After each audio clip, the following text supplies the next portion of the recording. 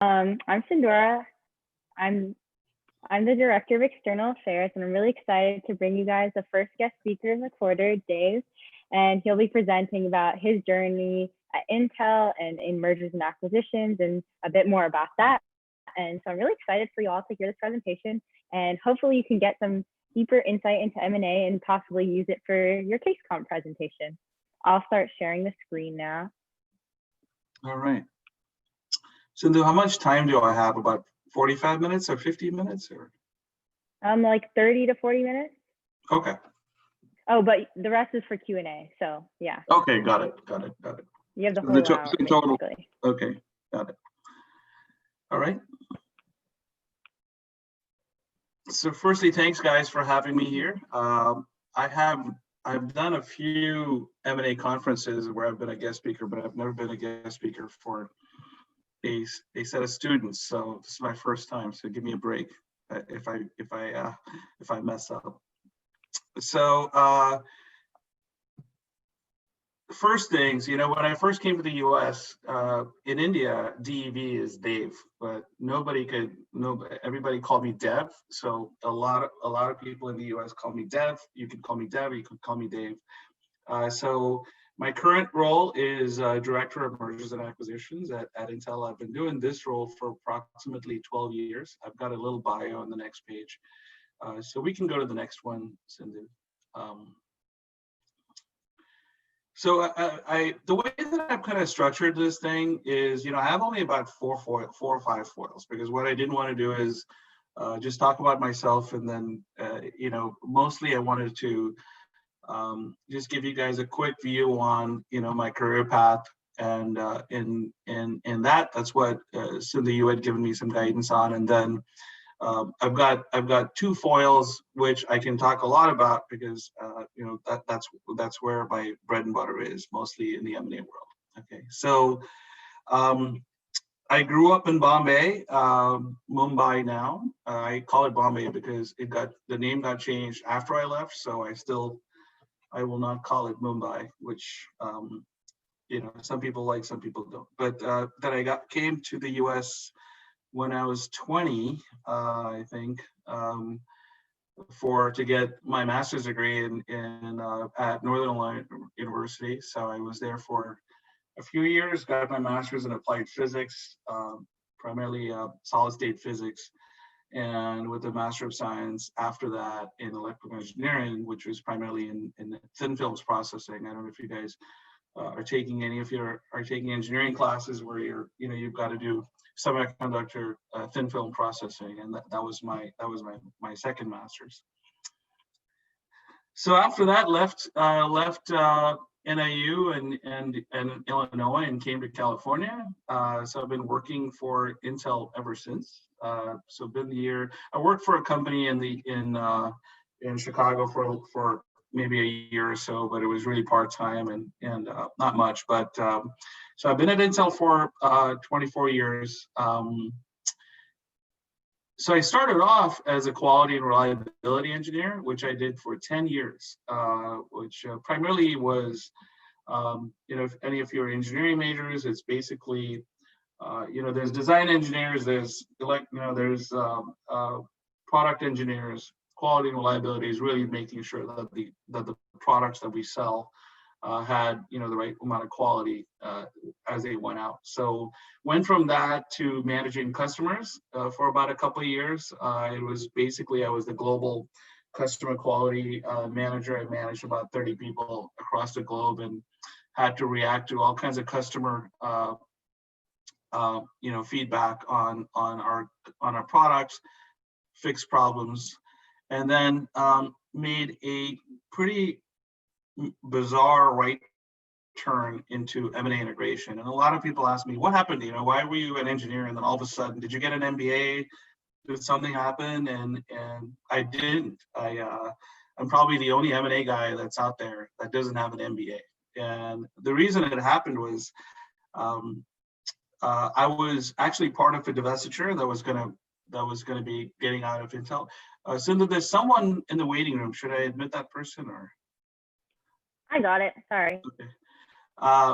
So I was part of a divestiture when Intel divested the NOR Flash group for and was going to form this company called Mnemonics. And luckily for me, my mentor at that time was actually running another divestiture, and he was asked to come and run this divestiture out of Intel. Now, I'll go through, I've not done a whole lot of divestiture stuff in this presentation, but I can talk a little bit about it. But what happens when you do a divest of a fairly large business from your organization, it takes a while to get it out of your system. And it took us, it was such a big divestiture that it took Intel about 2.5 years to really get all the people out of the sites and all the IT stuff off of the sites and the engineering off of, it took a long time. So he asked me if I wanted to be his operations guy that was helping him exit, this flash business from Intel. I didn't know what that meant, but I said, okay, sounds like fun. I'll take it on. And so that was it. That was 12 years ago. It took me a couple of years of that. And then I've been pretty much doing 10 years of acquisitions, approximately 40 to 45 deals so far. My largest has been about $8 billion. My smallest has been like $5 million, so just a pure gamut of transactions here at Intel. For a while, Intel was going really strong. Right now, we're really busy, but in the meantime, in the middle there were some lulls, but quite a bit of M&A integration experience. Some other stuff, I'm heavily involved on Little League baseball and basketball for my son. This is my other passion.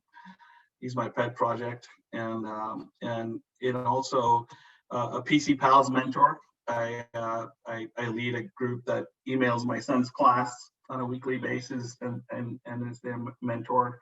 And then lastly, I'm a pretty avid cook. So that's all I'm going to really talk about.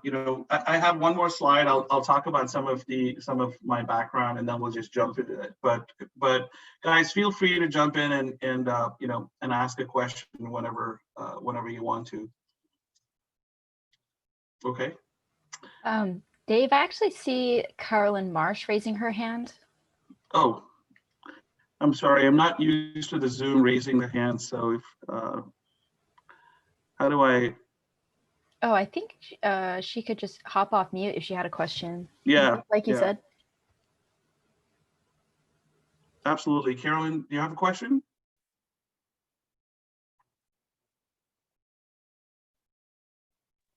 Also, feel free to type it in the chat if you don't want to say it out loud or anything. I can read it out. Okay. Yep. Just jump on in whenever you guys have questions.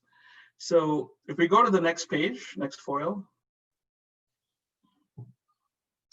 So a little bit, I actually didn't felt awkward putting this in here, but it sounds like a sales pitch. But Cindy, you said, tell people what you do at Intel, and so I actually took my LinkedIn summary and put it in here and tried to take out all the sales job type stuff in there. So primarily what I'm called is senior M&A and transformation executive. Primarily I do so there's really two parts to acquisitions, and I think if many of you business majors want to get into mergers and acquisitions, there's really two parts to it. And my simple way of calling it is always there's a sexy part and a non-sexy part. And the reason I call it that way is if you ask a normal major, a business major, what do you want to do when, if you want to work in the world of finance or, equity or things like that, and their first answer is,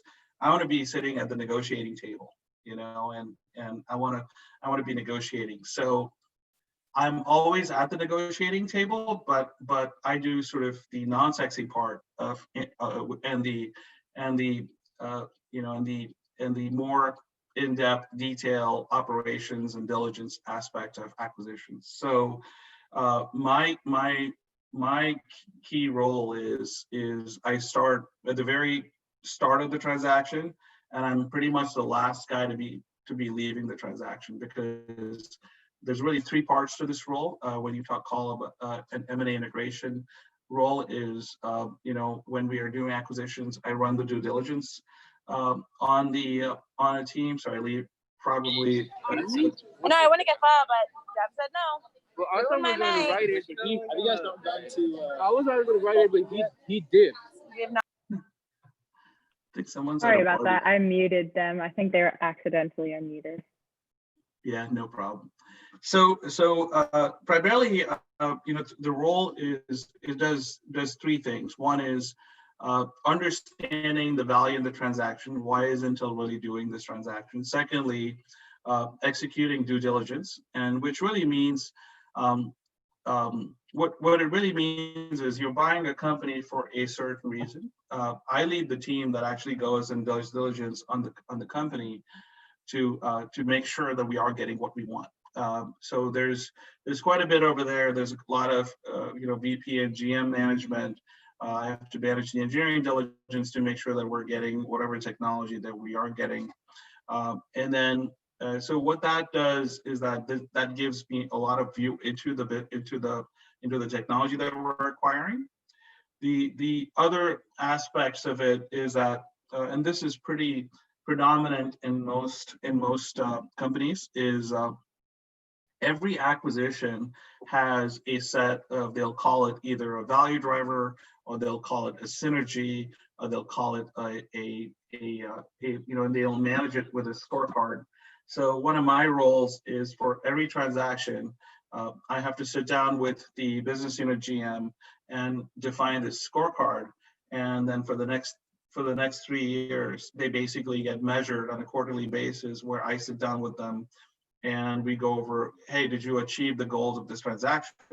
Because most of the time what happens in acquisitions is, if you're a company like Intel, you have multiple business units and you have multiple GMs. And a GM normally makes a bid for a business, and the corporation pays for that acquisition. So the corporation is betting on that GM to be successful. So the way to measure them is always with a value driver scorecard. And so if you're ever if you're going to be doing this M&A, this competition that you're doing, I would highly recommend making sure that you think through, why are you doing that transaction and how are you going to document something to measure it?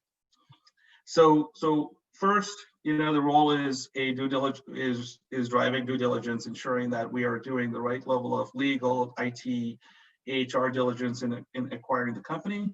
Number two is making sure that we're documenting exactly what value we're going to get out of there. And then lastly, once we hit sign and a close, the deal signed, I actually run the entire integration into the company. So the biggest one that I've run so far from an acquisition perspective has been approximately 2,000 people in 16 geos. It was a company out of Germany called Lantic. But unfortunately, the bigger ones that I've run have been divestitures, and that seemed that was so.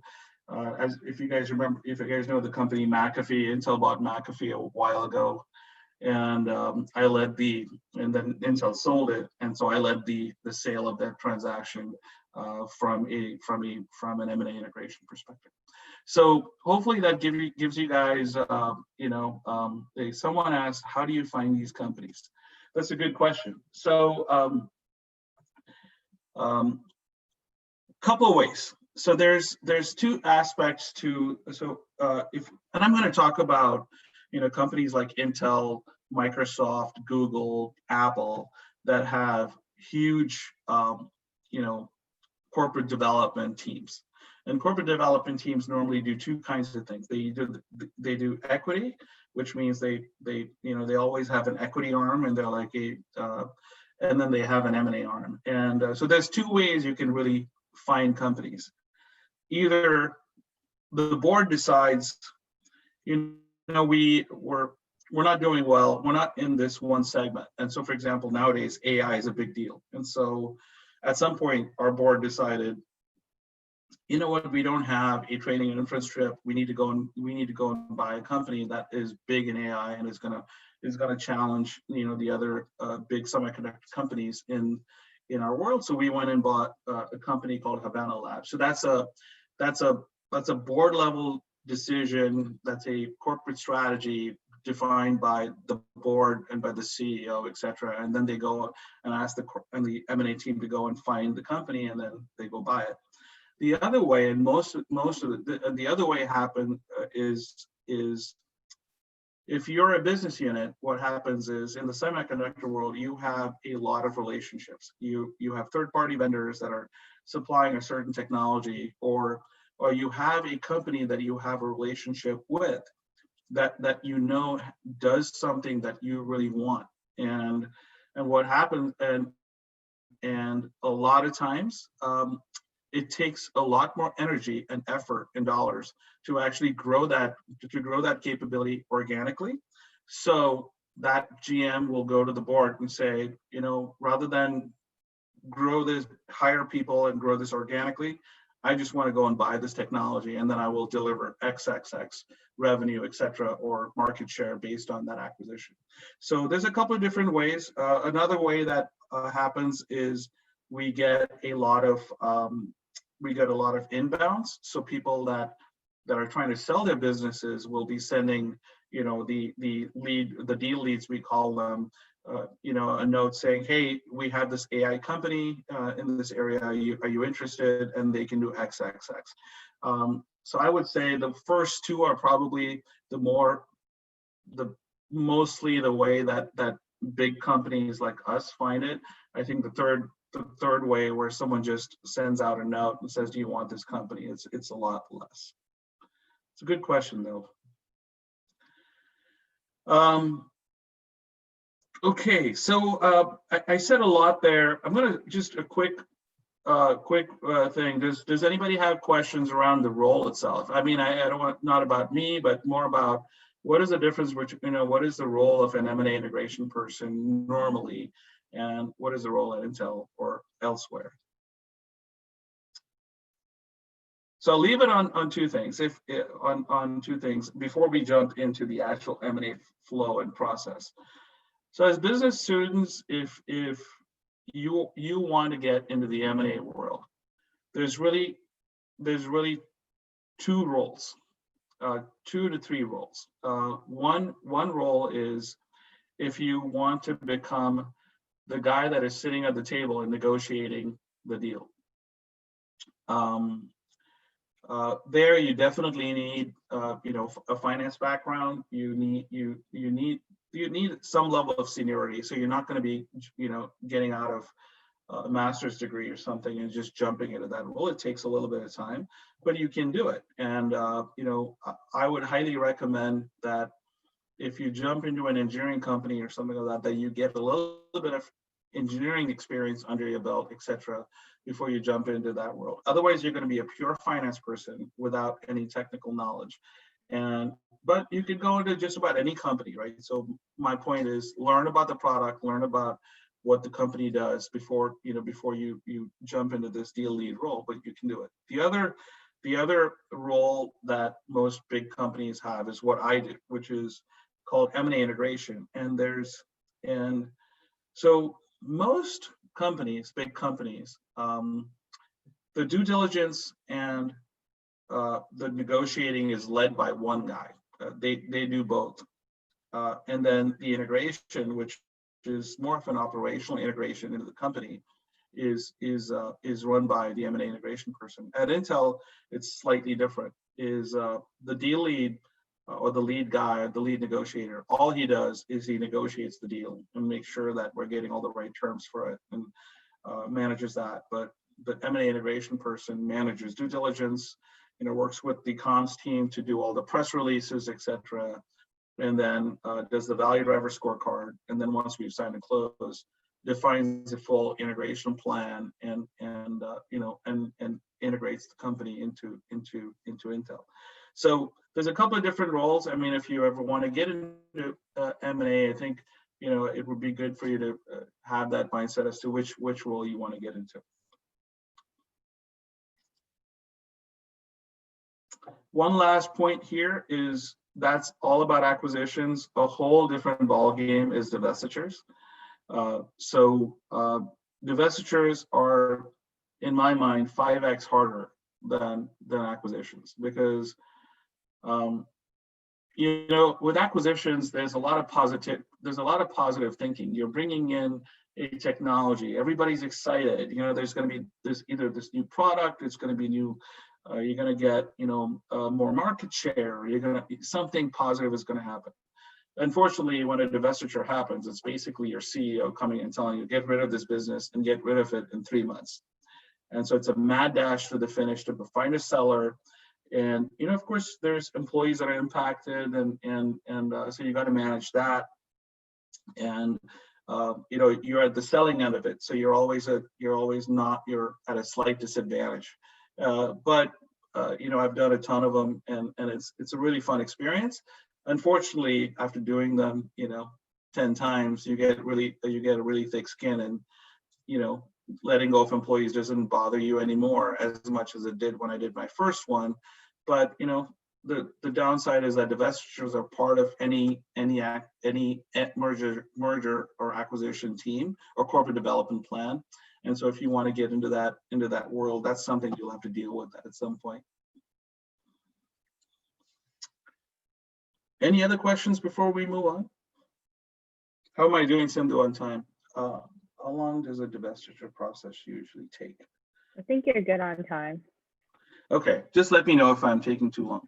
A divestiture process, great question. I actually just did one. I don't know if you guys, so we actually sold what we call the connected home division, which is basically the cable modem. So if you have an Xfinity cable modem that sits in your thing, we have a chip. We used to have a chip that went in there, but we sold that entire business to MaxLinear. That process took us, just the process of getting the deal done went from, I think we really hit the pedal sometime in February, and we didn't sign the deal till, no, I'm sorry, maybe December, and we didn't sign the deal till April 5th. Now, not every divestiture takes that long. This was a fairly well-sized business. It had approximately 500 or 600 million in revenue. It had 16 different countries where there were employees. So you have to figure all that out. There's always downtimes so a lot of times when you don't agree on divestitures, you just leave the table, and then it's really a big thing of who blinks first. And and so that gets in the way of it. But if you ask me for the entire process, from the time we said go till we signed the deal was 4 months or so. A lot of transactions. I don't know if you guys heard of Intel just sold its NAND business for $9 billion to SK Hynix. Normally, there's a sign to close period, which really means sometimes you got to go and get governmental okays to get the deal done, or and the governmental okays could be in whichever geo that you're present in. So you might need to get an okay in China, or you might need to get an okay from the EU, and so that really drives how long it takes. So the one that I'm actually running right now, it took us 3 months to get from signed to close, primarily because of not just governmental okays, but other contracts and things like that we have to take care of. Then you close the deal. The downside of a divestiture is that when you have a company like I'm doing, the business that I'm doing right now, you can't just say, okay, we're done, see ya, and the day after stop supporting them, because that business is within your system. So you have to run what you call a transition service agreement, which we give the buyer for 6 to 9 months while the buyer integrates that business into their own thing. So we signed the deal on April 5th. We closed the deal on July 31st, and all the people are not going to exit our sites till approximately January 31st or maybe end of February. So if sorry for the long-winded answer, but that basically is about a year since we started this. Now there's much smaller ones you can do much faster, but that's a typical divestiture. It's a 6-month deal process and then a 6 to 8 month transition service agreement.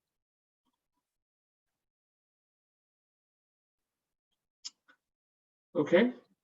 Any other questions before we move on? Yeah, I have a question. How can you know, like, how do you gauge if a company you may want to buy will have good synergy with your company? I'm sorry, you broke up. I think you said, how do you tell if the company has synergies with your company? Yeah. It's a good question. There's two kinds of synergies that you can have with a company. So there are short-term synergies and the long-term synergies. So what the short-term ones are easier because most of the short-term ones, what happens is, let's say you have a business that has everything. You've got a finance function, you have an HR function, but you're really buying this company because of the technology that they have, right?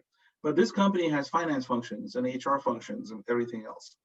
So basically what you do is you basically, as you're buying the company, you tell the finance and HR folks, you don't have a job after you come in, nicely, of course, but primarily it's because what you don't want to do is you don't want to take on the additional burden of paying for those people because you don't really need them once you bring them on, because you have your own finance functions in HR. So those are your short-term synergies. The other short-term synergies that you could have is when we buy a company and they have, I don't know if you guys use things like Cadence and Mentor Graphics, etc. Some of you may be engineering students, and I don't know if you guys use that. These are big EDA software vendors that most semiconductor companies use. Now, when we buy these companies, Intel has great rates, with these vendors, just because we buy in bulk. So something that this company pays, let's say $10,000 a license, we pay $2,000. So you get these immediate synergies because then they're now under arm level, and so you get $8,000 on each license sort of synergy. So your short-term synergies are really headcount that you don't take on, financial stuff like suppliers that you don't pay. You kind of try to not bring on all the fat with the small company. But I think your question is more about the long-term synergies. So we don't go and actually have a discussion with our board or anybody or our CEO till we have actually talked to the business unit and said, okay, walk me through what you're going to be doing with this technology. And the business has to show you that, okay, I'm going to bring this technology in, and because of this technology, I'm going to pay X amount for this technology, and I'm going to deliver 10X that value within 4 years. And here's how I'm going to do it. And so it involves a lot of engineering discussions on how that technology is going to get integrated, whether there's going to be a market for that technology, how are you going to price that technology as you sell it? Is it something, do you sell software, or do you just bundle it in with, our CPUs? What you asked about is a gigantic portion of not only internal diligence before we even go and talk to a company about buying it, but as soon as we say we want to buy you, we go in and we basically look at the innards of the technology through and through and make sure that technology that we're buying is going to deliver the synergies that we had internally thought we would get. And then once you've done that, that's when the scorecard comes into play. And if we close the deal, then we go and measure the GM and say, okay, now show us that, now that we bought the technology for you, now show us that you are going to deliver on the promises that you made. Hopefully that answers your question.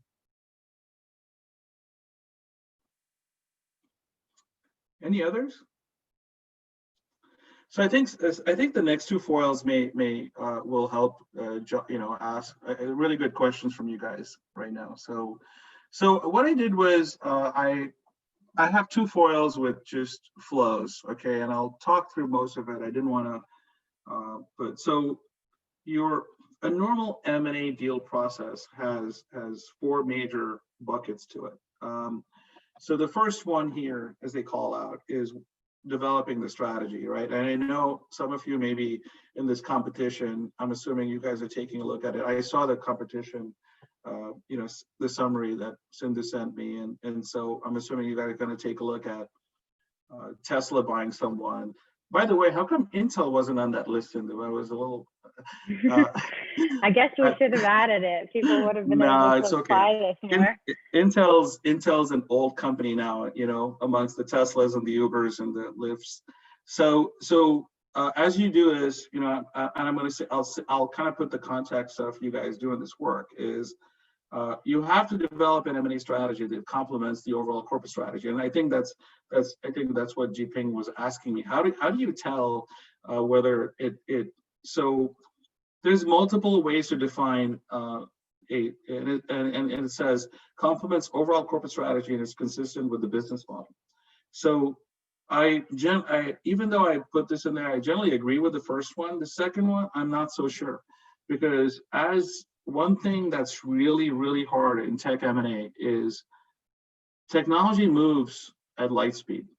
It's impossible to develop a strategy today and say that your strategy and have complete confidence that your strategy is going to be the same in 6 months. It's just not possible. Even though tech companies try it day in and day out, I try it day in and day out, but it's not. And that's why you hear all this. You hear these things where you say, tech M&A is 40% successful. There's a reason for that. The reason for that is because you can't really predict what's going to happen. So your M&A strategy has to be pretty sound, and you really need to make sure that you're internalizing why you're buying the company, and with your board. Now, for Intel, really the materiality of an M&A transaction starts at maybe $700 million to $1 billion. But most companies that we buy at 100, 150 are tuck-ins. They're quick, but the big ones that we buy get approved by the board. And so most of the time, what you'll find is that on smaller companies, developing the M&A strategy is a big deal because they don't have the cash flow, the cash balance in their bank accounts to be able to fund something super big or something. So that chunk, the M&A strategy part, is huge. And at Intel, I will say that part itself, for even a small transaction, takes approximately 4 to 6 months. Because that means that the business unit is trying to convince the corporate development guys that I really need this, and the corporate development guys are putting the business through the ringer and saying, okay, explain to me exactly why you want the company and how are you going to drive value for the company. So that's that part. Your core deal team is formed, at that time, and at that time you start your target screening. Now, your target screening, at least based on my experience. If you're an AI company, or if you're a company like Google, you've got your hands into everything, right? And so most of the time, I bet at Google, what happens is there's a guy that's doing, Google eyeglasses or whatever they're called, and he goes, I'm going to go and buy this company that's a complementary to the eyeglasses, and I want to buy it. And so he goes to a CEO, and so the only time I've seen where there's target screening is when you're jumping into something that is big and brand new for you, and you just want to buy the right company. So normally, if you may be jumping into, let's say Intel, when Intel was jumping into autonomous driving, right? So we actually wanted to get into that. We looked around. I'm sure that there was a bunch of target screening, and then we went and bought Mobileye, which is based in Israel. And so that's what target screening is. But most of the time, what you'll find in M&A is the target is pretty apparent, because the GM says, I want to go and acquire this company, and there's really no target screening at that point. So once the target is selected and you sign what you call a letter of intent, which is really you talk to the target and say, hey, do you want to sell it yourself? And they say, sure.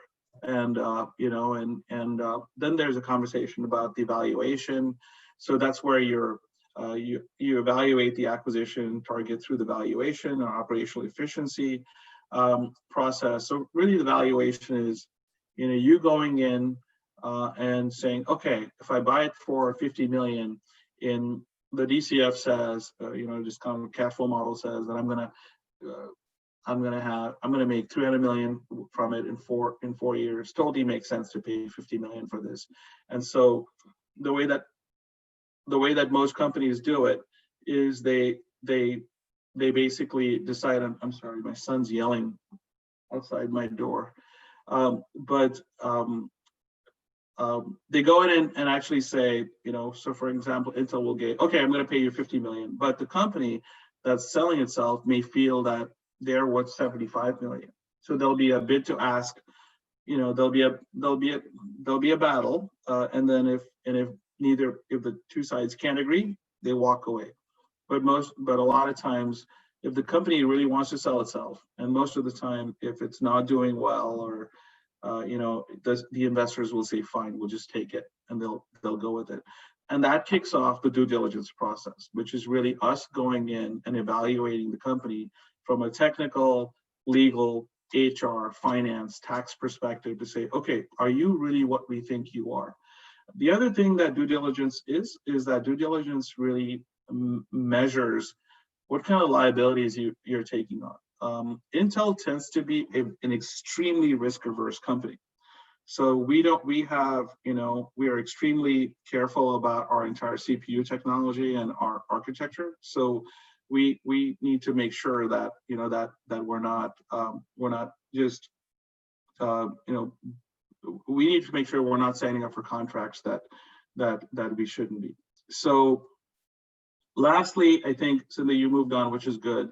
You moved into the integration phase, and this is really post-close.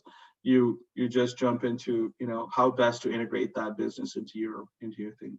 How much time do I have, Sindhu? Do I have 10 minutes or 15 minutes? We've got 12 minutes. Okay. So 12 minutes till Q&A, correct? Well, the event ends at 8, but people can stay on if they want to ask any other questions. I'll stop. So you know what? I've said a lot, and I'll stop right. I'll be done in a minute. So I think these foils are with Sindhu. So I'll just talk about this really quick. So you have four. This talks about the actual, once you have the deal signed, you have the letter of intent.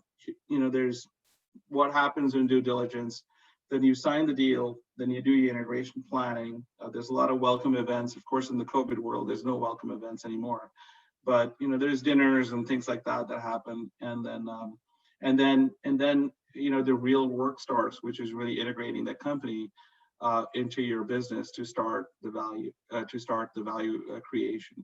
So I took out a bunch of the Intel acronyms, etc., and from this. So hopefully, it's easy. I would highly recommend that you go in and read a generic article, on a PwC website or Deloitte website or something, where this will make more sense if you've actually read an article that says this is what M&A is all about. Okay, sorry, I didn't realize I was talking that much, and I'm happy to take questions.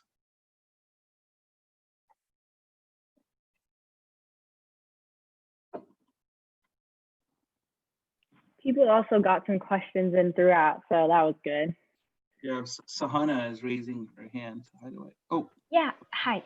Thank you for that presentation. It was really informative. My question is, what are some challenges that you faced with newly acquired companies? Is that something you deal with?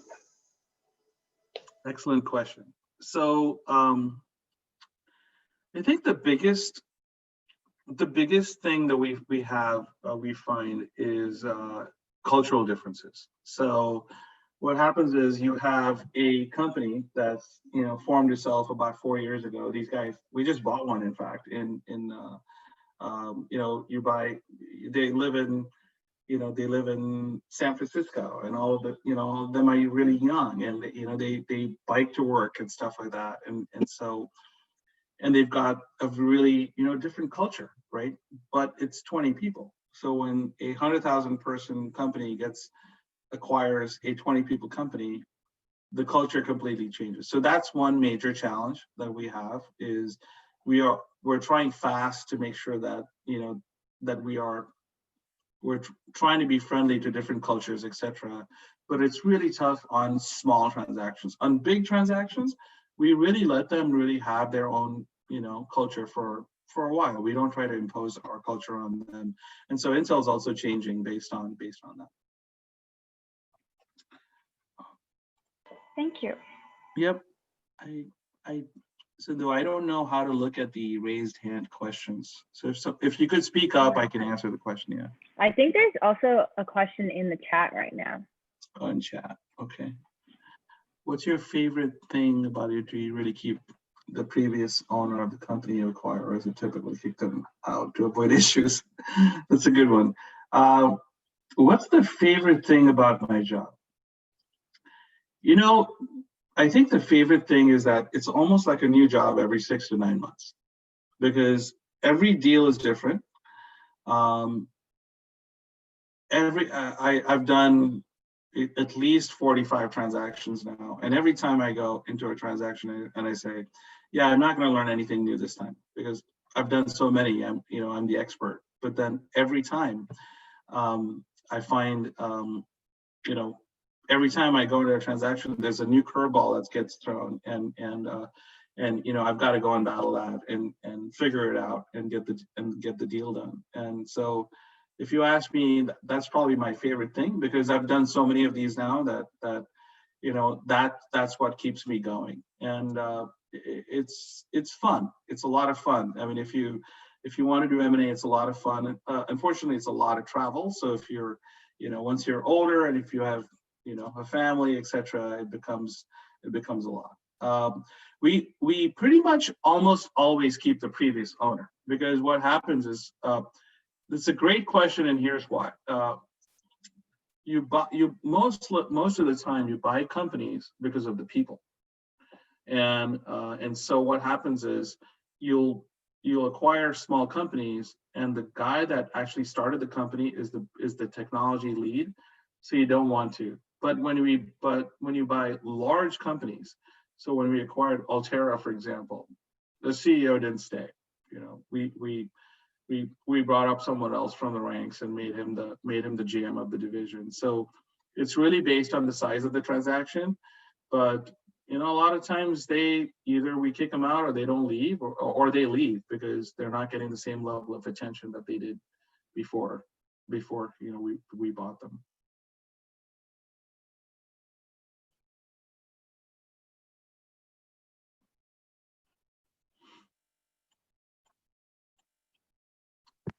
I had a question. Not at all. Like when you are trying to determine like the value that like a company like would provide if you acquire them, like are there specific like metrics or like things in like the company's like financial statements that you like look at, or like how does that work?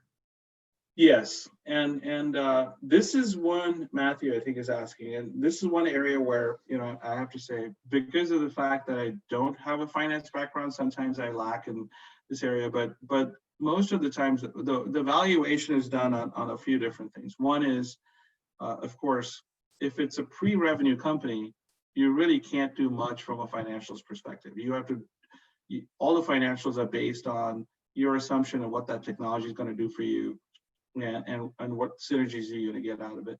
But if it's a bigger company and you're actually taking on revenue, or you're taking on, so that's where you're basically looking at all their financial statements, their balance sheets, their P&L, their revenue statements. We look for audited financials. We look for audited taxes. We look for just about everything. Once the company starts getting from a revenue for maybe 100 million to 200 million, but other than that, it's primarily ensuring that they didn't do anything funky with their financials, and they weren't doctoring anything up. So that's primarily on the financial front. I don't know whether you were asking, Matthew, of any other areas, but from a valuation perspective, that's primarily it. Thank you. I'll also stop sharing the screen now so we can see everyone's faces. I think Sophia raised her hand. You can go ahead and unmute yourself. Yeah, so I know you just mentioned that you, well, I guess used to travel a lot for your job. So I was kind of wondering, how has COVID changed your work? And like, you know, is it really, have you noticed like a difference in terms of, I guess the day-to-day, your likelihood of making a transaction or whatever? And then also like more personal question, what was your favorite place to visit? So the travel has definitely, has impacted the way that I'm not sure if I'm going to answer your question correctly, Sophia. So ask me again if I'm not answering it. But you know, the travel definitely. The cool thing about traveling, I love traveling, is you know, it gives you a new perspective. You learn different things about different geos, and I've done cross-border M&A for 9 years now. So you know, I've been to probably 50 countries because of this job. So you know, it's you learn a lot. You learn how to deal with different cultures. So if you guys, I'll tell you. I mean, I did a deal in Israel, and I had to go over there, and it was really interesting to walk around in the mall, and you see a bunch of 18, 19-year-olds walking around with a bunch of machine guns in their hands. You know, I mean, they all, that's how it is, because they all go into the army, and it's a different culture, and it's fun. So yeah, the culture definitely impacts M&A, because you have to understand. So if you're buying something, I don't know, let's say in the Middle East or something, you got to understand that culture before you acquire it, because otherwise you're going to make mistakes when you go. My favorite, that's a tough one. I'll say my top three. My top three have been, I think, Munich, Hong Kong, and Paris, I'll say. But it's hard. It's Yeah, I mean, I'm really interested in, I guess, all jobs that have required a lot of travel. I think meeting people is really just fun and exciting, learning different cultures. So yeah, it's really interesting to hear about that. Yeah, then you might want to get M&A job. The only problem is that you know, I'm gone, not in COVID, it's not, but Right. in non-COVID times, I'm gone 1 week out of the month, and you know, so it if you can handle that, and actually right now my wife wonders when I'm going to start traveling again, because she's like, you've been around too long. Yeah. But yeah, it's fun. Is there usually a language barrier, like when you communicate with these people out of country? That's a great question also. There is, you know, I think we've always figured it out. I've done deals in China, I've done deals in Spain, I've done deals in France, Israel. You know, we've had barriers. I think where it becomes really, sometimes it gets tricky is because sometimes contracts are written in local language. For example, if you did a deal in Israel, a lot of the contracts are written in Hebrew. And so our lawyers over here don't read Hebrew, so we have to get a local counsel and they have to translate. Those are the barriers that really happen. You don't really have, you know, it doesn't seem like the language or the culture ever gets in the way. There's the toughest time on the deal, it's not because of the language. If you look at that deal process, I've always called that first, what'll happen is you'll kick off diligence and everybody's happy and everybody's very positive. And I call that the honeymoon phase, because but then you hit the tough spots where you're telling them, this is why I'm not going to acquire you unless you go fix all of these things. And that's when they don't like you. And, you know, so you hit sort of, you said, and then you're just, diligence with Intel is just a grind, because we don't leave any stone, you know, every rock is looked under. And so companies don't like that. But then once that's done, then it starts getting positive again. Then you get to a sign, then you have the celebration, and, you know, then you start integrating. So, you know, I think that the language barriers haven't been that much of an issue, at least for me, you know, and I think, you know, maybe for some people. But I think that's the end of the event, but if anyone has any last questions, maybe Dave, you could leave your email in the chat so people can email you Yeah. with further questions.